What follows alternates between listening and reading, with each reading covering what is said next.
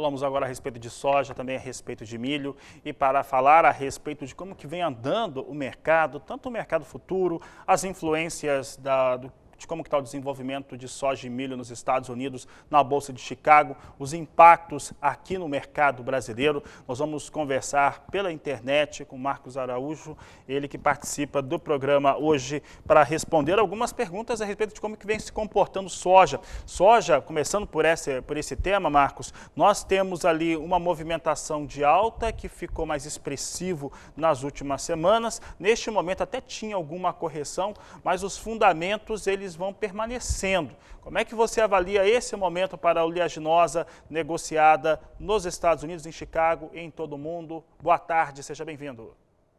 Boa tarde, muito obrigado. Prazer em falar com vocês. Fabiano, os fundamentos da soja de médio para longo prazo ainda continuam muito positivos em função de toda essa inflação de alimentos que nós vivemos ao redor do globo, com todo esse excesso de liquidez, com toda essa impressão de dinheiro, principalmente pelo governo norte-americano, faz com que as commodities aí se comportem em alta. Porém, alguns movimentos de curto prazo podem tirar essa continuidade dessa escalada de preços. Por exemplo, agora nós temos essa semana uma melhora do clima nos Estados Unidos, por isso Chicago hoje tem uma queda na soja e uma queda muito mais expressiva para o trigo e para o milho. Hoje, no final do dia, nós teremos a divulgação da evolução de plantio nos Estados Unidos. A expectativa é que o desempenho, o ritmo, tenha sido bem elevado na semana passada. E também nós temos uma margem negativa para as indústrias processadoras de soja na China, que também uma forte queda nessa madrugada, em torno de 7% no preço do suíno na China. Isso tudo combinado, Fabiano, dá esse tom negativo para esse começo de semana. Marcos, pensando no como um todo, principalmente no mercado da soja, os Estados Unidos seguem com questões ainda climáticas a serem resolvidas para dar um start melhor, uma maior segurança em relação à sua produção da oleaginosa, assim como o milho. Até qual momento você acredita que essa incerteza sobre a produção norte-americana deve influir nos negócios? Fabiano, de agora até mês de agosto, o clima é determinante na formação de preço. Nós vamos ter aí uma continuidade do risco climático. A safra norte-americana precisa ter uma confirmação de grandes áreas de plantio combinado com excelentes produtividades. Nós não podemos se dar ao luxo de ocorrer uma ameaça, uma quebra de produção nessa temporada. Tá? Então, por isso, a gente tem que espera-se que o mercado continue muito volátil nesses próximos meses. Historicamente falando, os maiores preços da soja ocorrem na segunda quinzena de junho até a primeira semana de julho na Bolsa de Chicago. Marcos, falando sobre Brasil, principalmente, acabamos de sair de um mês em que os embarques, as exportações passaram de 17 milhões de toneladas, tem boa parte dessa soja comercializada e os valores aqui no Brasil estão sendo muito impactados pela questão do dólar e aí isso tem a ver com taxa de juros, com entrada de capital. Como é que você vê o Brasil neste momento? Como é que você interpreta o momento em relação à comercialização de soja, um dólar mais baixo, né, refletindo no valor da saca no mercado interno? Bom, nós temos a soja no porto ao redor de R$ 161 a saca, a soja disponível, né? E a soja, para o ano que vem, nós temos uma liquidação da soja no porto, para você ter uma ideia, na casa de R$ 165 uma saca. Esses preços safra nova são muito rentáveis para o sojicultor brasileiro.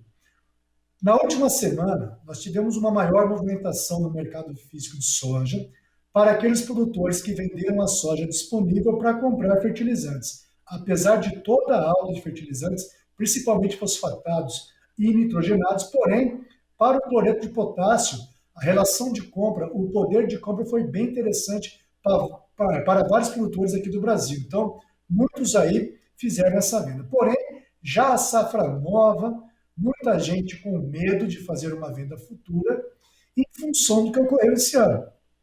Que nós, lá em agosto para fevereiro desse ano, o bushel era $9, chegou na colheita, o bushel estava $14. Porém, eu chamo muito a atenção para março do ano que vem, nós temos o bushel da soja março a 13,80.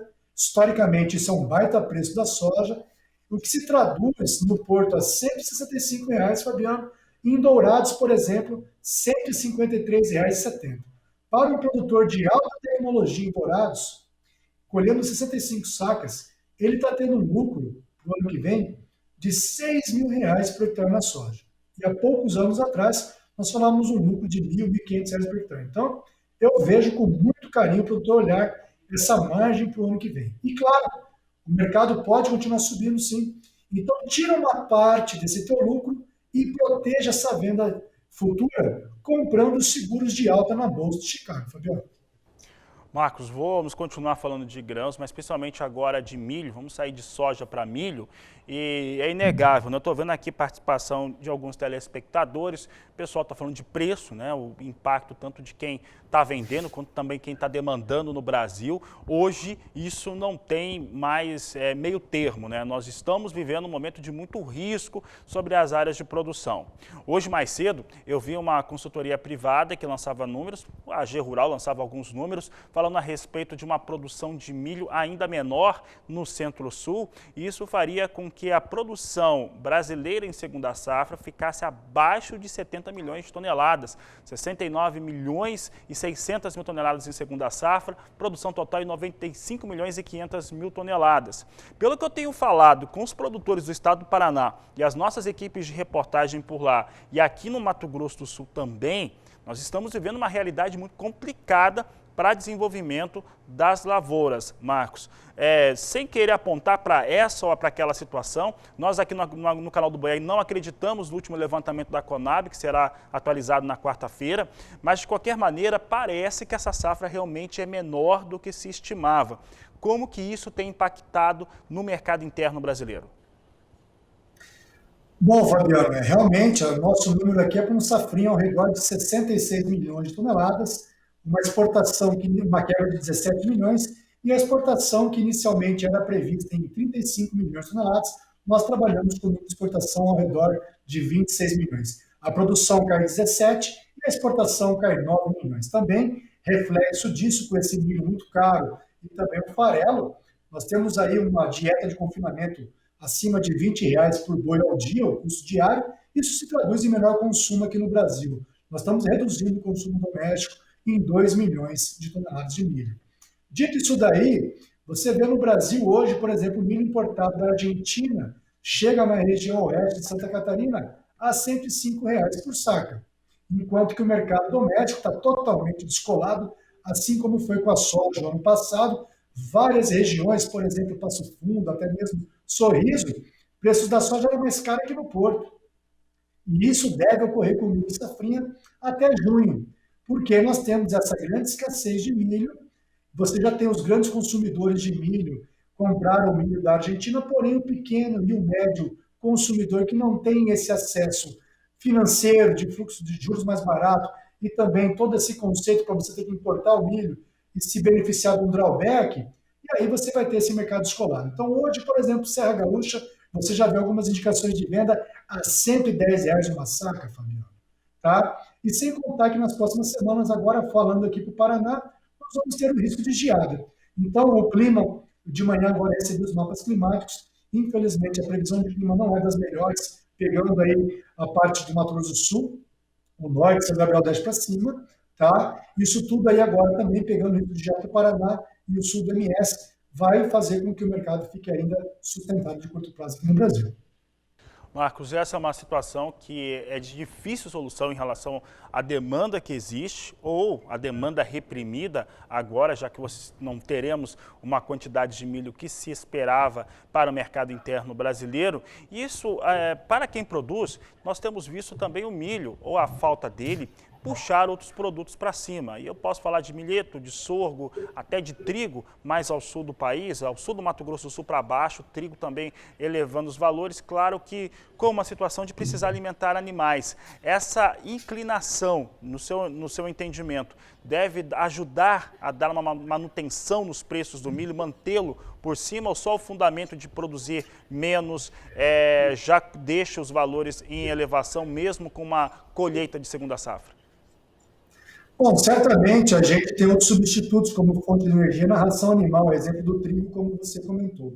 Porém, aqui no Brasil, culturalmente falando, não é comum nós utilizarmos muito trigo para ração animal. O Brasil, tradicionalmente, é um grande importador de trigo, tá ok? Já outros países, por exemplo, como o Japão, é muito comum eles utilizarem trigo na ração.